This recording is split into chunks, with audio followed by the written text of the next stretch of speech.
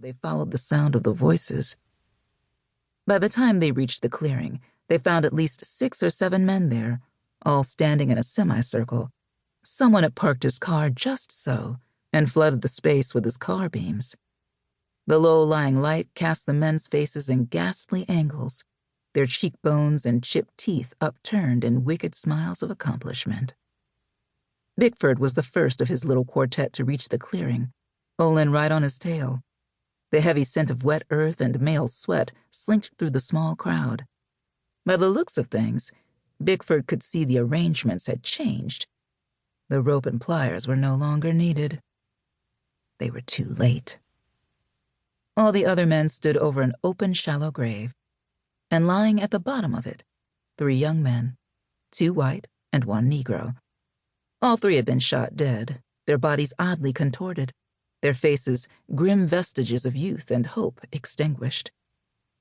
Bickford eased over to his friend and gathered up the details of how the plan had unfolded.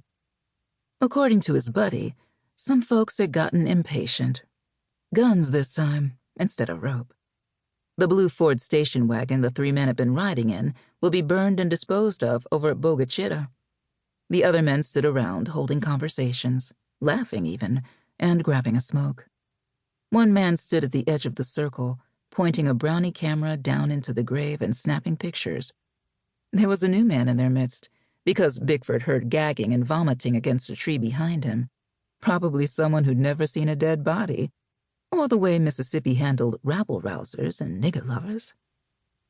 Now all that was left to do was collect a few souvenirs, an ear, a finger, and head back to Jackson.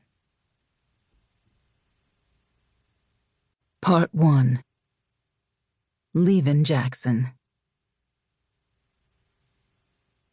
1. Violet Richards.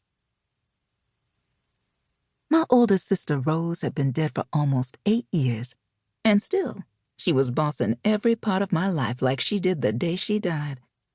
After her funeral, I swore I wasn't ever stepping foot inside another funeral. All those tears and heartache to spill over a dead body, the soul of which was long gone. Brown bodies that were tired and worn out, their earthly usefulness ended. Or the other bodies, mangled from the wretchedness of living too close to white folks who killed us for sport. The Richards family had had too many funerals, and I didn't go to any of them after Rose's. That included Papa's death a few years after Rose, and Mama's passing last fall. Even now, folks around town still talked about that shameful Violet Richards gal who wouldn't go to her own mama's and daddy's funerals. After all those funerals, I was fresh out of tears. I was the reason for all them deaths, and the guilt of it scratched and picked at my heart as if it was a tender scab on a days-old gash. Now it was just me and my sister Marigold left. Seemed like after Mama died, the 2 of us wandered about aimlessly in the little lives all that death and loss left us with. I dreamed of being anywhere but here. Both of us desperate to leave Jackson, but forced to stay by the fear of wandering out in the world without our parents.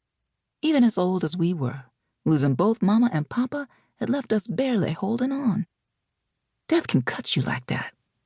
Everyone, aunts and uncles, deaconesses from church, made promises to be there for us, to fill in and pick up where Mama had left off. But in the days after her death, everybody went back to their own bills and kids and troubles. Maybe they thought me and Marigold was grown women and that we'd figure it all out somehow. We talked and pretended like everything was okay, but it wasn't. Last year, after Mama's funeral, everything sort of spun off in a blur.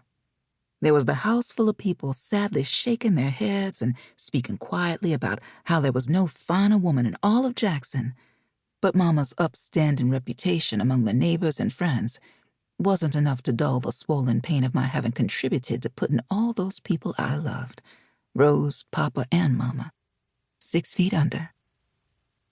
A couple of weeks after Mama's funeral, I pulled out a bottle of Cutty Sark I'd stashed behind my bed and convinced Marigold to split it with me, liquid courage for us to get through the task of dividing up Mama's things. The scotch numbed us, but it didn't make the task any easier.